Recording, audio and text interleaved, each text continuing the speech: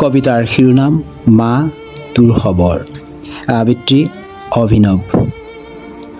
সিহঁত খোজ কাঢ়িব পৰা হ'ল, এতিয়া আৰু আহৰি নাই সিহঁতৰ ল'বলৈ তোৰ খবৰ। ঘৰৰ ভিতৰৰ ঘৰবোৰ ভাঙি মানুহবোৰে বৰ বৰ ঘৰ সাজিছে অট্টালিকা। আচলতে সৰু সৰু প্ৰজাবোৰেই ভাল, ধুমুহাত ভাঙিলেও দুনাই সাজিবলৈ সহজ। অট্টালিকাবোৰ সাজিবলৈ বৰ কঠিন মা, অৱশ্যে চহকী লোকৰ বাবে সাধাৰণ কথা। বিলাসী জীৱন সিহঁতৰ প্ৰিয়। শুনিছোঁ তোৰ উচ্চ শিক্ষিত ল'ৰাৰ চাকৰি হ'ল, খবৰ ল'বলৈ তাৰো আহৰি নাই। বহুতে আকৌ ব্যস্ততাৰ মাজতো সময় উলিয়াব জানে, পাতে মোবাইলেৰে আপোনবোৰৰ সৈতে সুখ দুখৰ বহু কথা।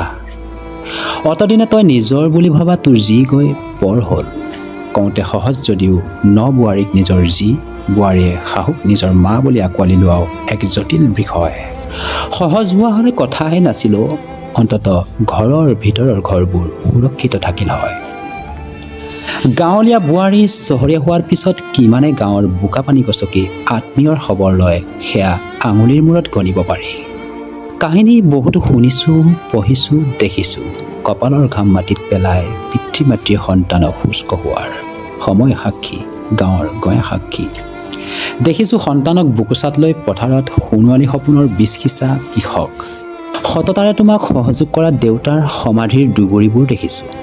সিহঁত বহুত ওখ হ'ল মা, এতিয়া প্ৰায় দেখোঁ প্ৰতি ঋতুতে সেমেকি থাকে।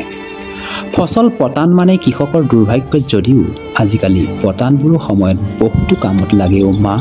ক্ষমা কৰিবা, দাদাহঁতৰ তুলনাত মইতো পতানো নহ'লোঁ।